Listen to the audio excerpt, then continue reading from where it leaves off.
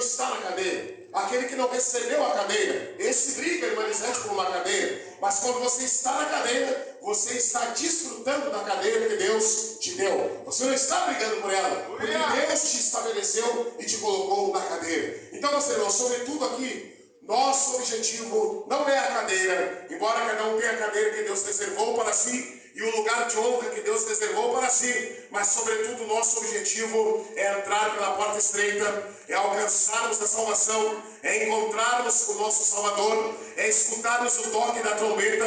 Esse deve ser o principal objetivo de todo cristão na caminhada cristã, porque obviamente a cadeira não nos salvará, obviamente os dons que temos não nos salvará, obviamente a fama do homem não nos salvará. Foi Jesus quem disse, ele disse que muitos, não poucos, chegarão diante dele naquele dia dizendo: eu profetizei no teu nome, eu curei no teu nome, eu expulsei demônios no teu nome, eu fiz muitas maravilhas no teu nome. E ele vai dizer abertamente: apartai-vos de mim, afastai-vos de mim, eu nunca vos conheci. São as palavras que, segundo o texto de Mateus, Jesus vai proferir. Veja bem que ele diz: eu nunca vos conheci. Ele não disse: eu não os conheço, mas eu nunca vos conheci. Ele enfatizou que não conheceu essas pessoas em tempo algum da história, em momento algum da história. Essas pessoas, na verdade, se iludiram achando que o conheciam e que ele os conhecia. Então, meus irmãos, sobretudo, a nossa motivação em fazer a obra de Deus deve ser glorificar o cabeça do corpo, engrandecer o cabeça do corpo, bendizer o cabeça do corpo. Hoje eu estava lendo a Bíblia com a minha esposa e eu disse: dizem por aí que não se deve orar alto e de pé nas praças. Dizem por aí que Jesus condenou orar de pé nas praças. Dizem por aí que Jesus condenou distribuir esmolas diante dos homens. E comecei a ler o texto de Mateus 6 com a minha esposa e eu disse: vamos analisar minuciosamente, vamos analisar passo a passo, se Jesus condenou de fato dar esmola diante dos homens, se Jesus condenou de fato orar de pé nas praças. E nós começamos a ler Mateus 6 e nós vimos ali que Jesus, na verdade, ele não condenou orar de pé na praça, ele não condenou dar esmola diante dos homens. Jesus condenou orar de pé nas praças com a intenção dos fariseus hipócritas, que eles oravam na intenção de serem vistos pelos homens, aplaudidos pelos homens. Eles davam esmolas na intenção de serem aplaudidos pelos homens. Então o que Jesus condena não é orar de pé na praça, porque se fosse por isso, a obra de evangelização não poderia ser feita. Não se poderia montar numa tenda e pregar na rua. Não se poderia sair com o megafone gritando que só Jesus salva, que só Jesus perdoa pecados, que só Jesus leva para o céu. Se fosse por isso, a Bíblia entraria em contradição, porque Tiago diz: assim como o corpo sem o espírito está morto, assim a fé sem obras é morta. A igreja tem que fazer obra social, sim. A igreja tem que interagir com a sociedade, sim.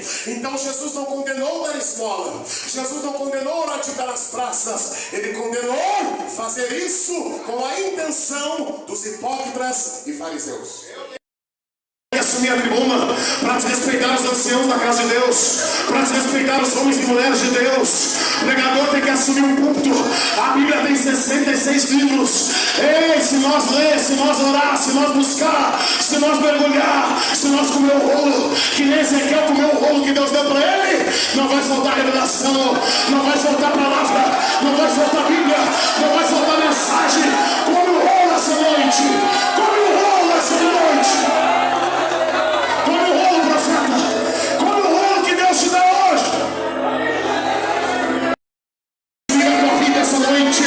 Deixa o Espírito Santo apoderar-se da sua vida. Deixa o Espírito te dominar essa noite. Deixa o Espírito te inflamar essa noite. Deixa o Espírito te incendiar essa noite. Foi pelo poder do Espírito Santo. O leproso que ele purificou foi pelo poder do Espírito Santo. Jesus era ungido pelo Espírito Santo e os fariseus tinham ciência disso. Mas mesmo assim eles disseram: ele expulsa demônio pelo príncipe dos demônios. Aí Jesus vai dizer para eles: se Satanás expulsa Satanás, não pode, não tem como. O reino dividido entre si não subsiste. O reino dividido entre si não prevalece. Satanás e os demônios vestem a mesma camisa, jogam no mesmo time. Se um lutar contra o outro, acabou o time, acabou o reinado, se desfaz o lar, se desfaz a família, se desfaz a igreja. Se um lutar contra o outro, é por isso que não tem que haver disputa na igreja. Não tem que ter competição na igreja. Um não tem que querer se achar melhor que o outro.